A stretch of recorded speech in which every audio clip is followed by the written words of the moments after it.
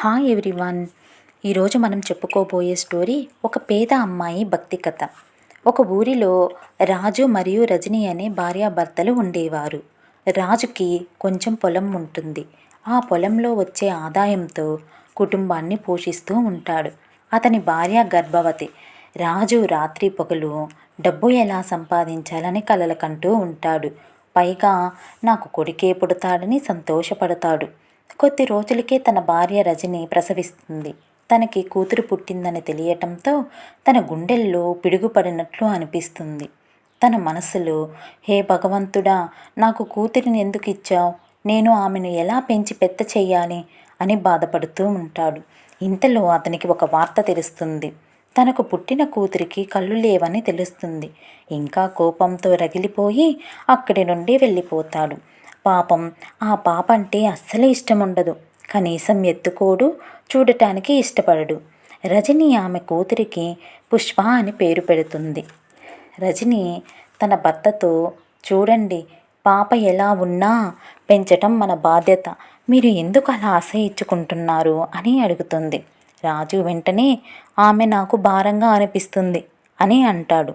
ఇంతలో పుష్ప 11 సంవత్సరాల అమ్మాయి అవుతుంది. ఆమెకు శివుడు అంటే చాలా ప్రేమ. ప్రతిరోజు శివుడికి పూజ చేస్తూ ఉంటుంది.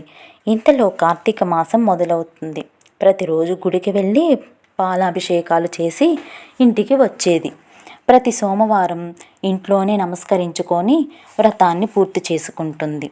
రాజు ఆ వ్రతాన్ని చూసి, పూజ చేయగానే ఈమెకి అడిగినవన్నీ ఇచ్చేస్తాడా ఆ శివుడు అని ఎగతాళిగా మాట్లాడుతాడు. పాపం పుష్ప ఏడుస్తూ ఉంటుంది. వెంటనే రజని, ఏడవకమ్మా, నువ్వు ఆ శివుని మనస్ఫూర్తిగా ప్రార్థించు, నువ్వు అడిగినవన్నీ ఇస్తాడు అని అంటుంది. పాపం పుష్ప, నాకు ఏమి వద్దు పరమేశ్వర, నాకు కంటి చూపు వచ్చేలా చూడు తండ్రి అని బాధగా అడుగుతుంది. ఒకరోజు శివుడు ఆమె కలలోకి వచ్చి, అమ్మా పుష్ప, రేపు 4వ కార్తీక మాసం, నువ్వు ఊరిలో ఉన్న శివమందిరముకు వెళ్ళు, నేను నీ కోరికను తప్పక నెరవేరుస్తాను అని చెప్పి వెళ్ళిపోతాడు. ఉదయం తన కల గురించి తన తల్లికి చెబుతుంది.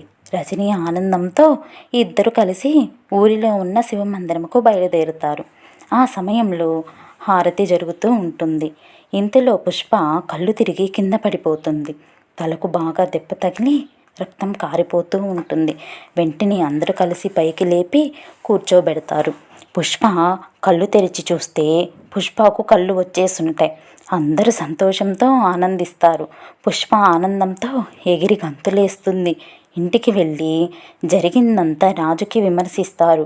రాజు కూడా ఆనందంతో, పరమేశ్వర, నన్ను క్షమించు, నేను కోపంతో నిన్ను తిట్టాను, నన్ను మన్నించు ప్రభువా అని వేడుకుంటాడు.